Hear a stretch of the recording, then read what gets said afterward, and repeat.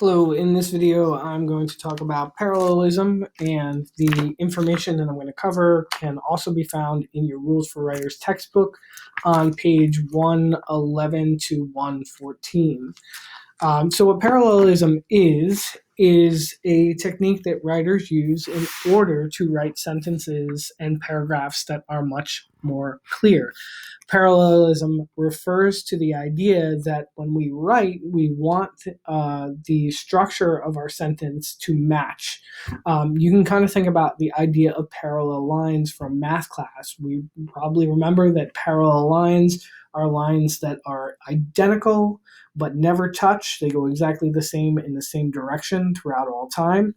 And you can think about words or groups of words as operating in the same way. We want words to be able to look in the mirror and see themselves reflected right back. So let's see if we could break down what this concept of parallelism means, and then we'll take a look at it in sentences. If you take a look at the example at the top of the screen here, we have some examples of what are called parallel elements. So parallelism can exist in just words, meaning that the words in a sentence are structured the same or shaped the same, such as thinking and running. These are both verbs that are ending with ing, and you can contrast them with the next set of words to see and to understand, which match one another, but they are verbs in what we call the infinitive form. So if you had the word thinking and the word to understand, we see that they are not matching. They're not quite in the right form, and so we would not consider those things as parallel elements. Parallelism can also refer to phrases, clauses, groups of words, not just single words. So the example of the prepositional phrases, at the time and in the house, both of those are groups of words that are built in the same way. They begin with a preposition and end with a noun that we call the object of a preposition. Subordinate clauses are other groups of words. They're words that we use to build complex sentences. So, for example, I called because I care, or after they met, they were married. Subordinate clauses always begin with a subordinating conjunction, and then are followed by a subject and a verb. So here we have because I care and after they met are both subordinating clauses, and they match in structure. So to help us understand that a little bit more, let's take a look at the group of words and phrases at the bottom of the screen, because these are not parallel elements. They help us hear the contrast or the way in which these structures are incongruent or do not match in the same way. So thinking and to run are not parallel constructions. Thinking is a verb in the ing form, and to run is a verb in the infinitive form. To see and since I understand also are not parallel. To see is a verb in the infinitive form, and since I understand is a subordinate clause. At the time is a prepositional phrase, and being here is a verb and a verb phrase. And finally, because I care and to meet, the first one is a subordinate clause, and the second one is a verb in the infinitive. Now, we might find these groups of words in a sentence together. It's not to say that they can't exist, but there are certain times when we're building certain kinds of sentences that we want to make sure that parts of the sentence are structured in parallel form. So let's see what this looks like in sentence form. Okay, so one time that we want to use parallelism is when we are joining elements using coordinating conjunctions. Conjunction is just a fancy word for a linking word, and there are different kinds of conjunctions. We have coordinating conjunctions, which are the ones we use most often. They're represented by this silly acronym called fanboys. They stand for, and, nor, but, or, yet, and so. And we can use coordinating conjunctions to do a number of things, like joining two nouns together or creating a compound sentence. The idea here is that when we use a coordinating conjunction, we want to make sure that item A on one side of the conjunction and item B on the other side of the conjunction are written in parallel form. So for example, thinking and running often accompany one another, as I exercise. Well, both thinking and running are both verbs with the ing form at the end of it. We can see it in the second example too. I do not enjoy thinking or running. This is a parallel construction.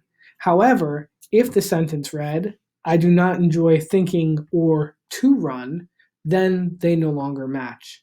One verb has the ing form, the other is in the infinitive. And so it helps us to create clarity in our sentences when we have that parallelism throughout. Let's take a look at the example down at the bottom here. We have, she likes to cook, but not to listen. And again, we have the coordinating conjunction but that is comparing, or in this case, contrasting two different activities. One is to look, one is to listen, and we see that they match. They are in the same form. And so check, we have our parallelism there. The last example on the screen, you will find the light bulbs in the closet or under the counter. Both in the closet and under the counter are prepositional phrases. And so the or, again, a coordinating conjunction, is joining two elements that are the same shape, that are in fact parallel. We also want to be sure that we use parallelism when we are writing a series, if there is a list in our sentence. So, for example, she wanted three things: money, power, and security. The sentence would be incorrect if it was read, she wanted three things: money, power, and to have security, right? It's not that it's wrong, it just sounds a little bit clunky. It's not parallel in the same way that the example on the screen here is. Here's another example. There was no opportunity to do my taxes, to request an extension, or to explain my situation. Notice each verb phrase is in the infinitive form, and we see it come in a list series. All three of those elements match. Again, let's hear it incorrectly. There was no opportunity to do my taxes, requesting an extension, or to explain my situation, right? In that case, when we changed the form of request to request, we saw that it didn't sound right. It was no longer parallel. Here's an example with some prepositional phrases. He found cleaning supplies in the closet, under the sink, but not in the garage. So again, three items in the series and they match. And finally, a series of clauses. A company doesn't care about who you are, how you got there, or why you have come. In addition to using parallelism with coordinating conjunctions and with items in the series, we also want to make sure that we use parallelism when we're comparing two things, right? If we're saying x is like, x is like y, or x is greater than y, or something of that nature, we want to make sure that the two things that are being compared are in the same shape, right? Are in that parallel structure. So let's look at the examples, because I think that can clarify it the best. We have driving to New York can actually take less time than flying there. So we have than is the word that clues us in that there's a comparison here.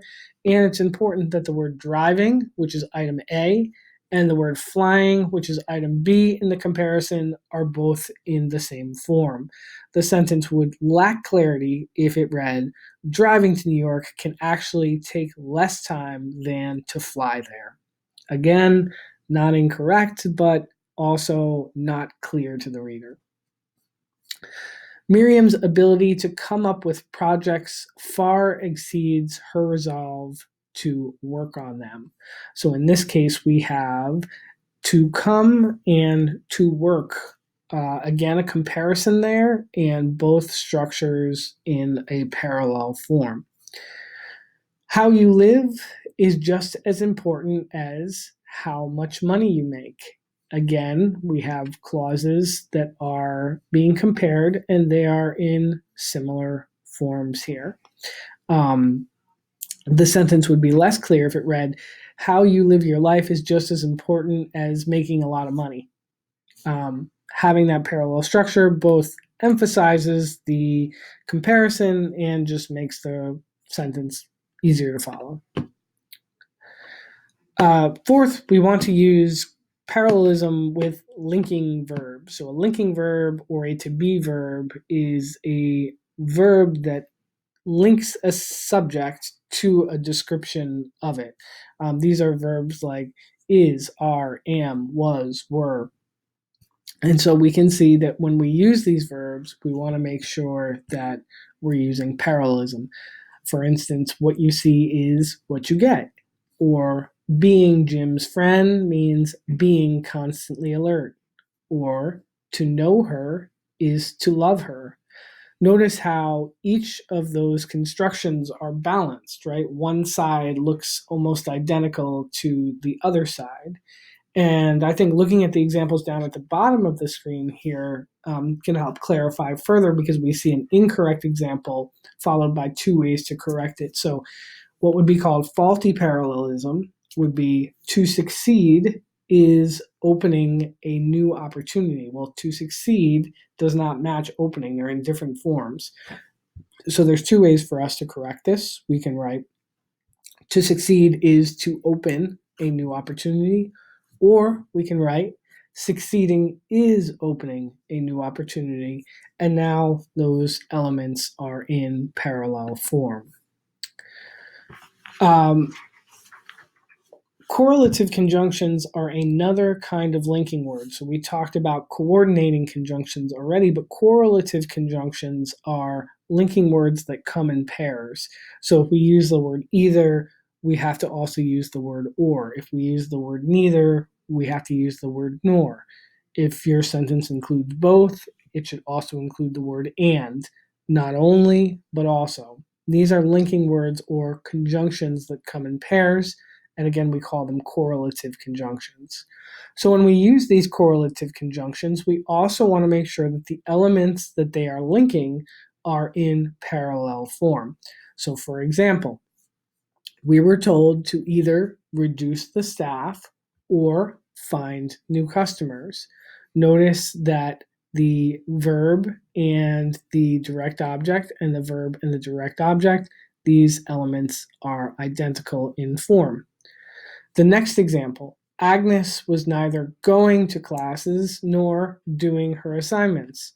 Notice in this case that the verb forms match again, and they're followed by direct objects.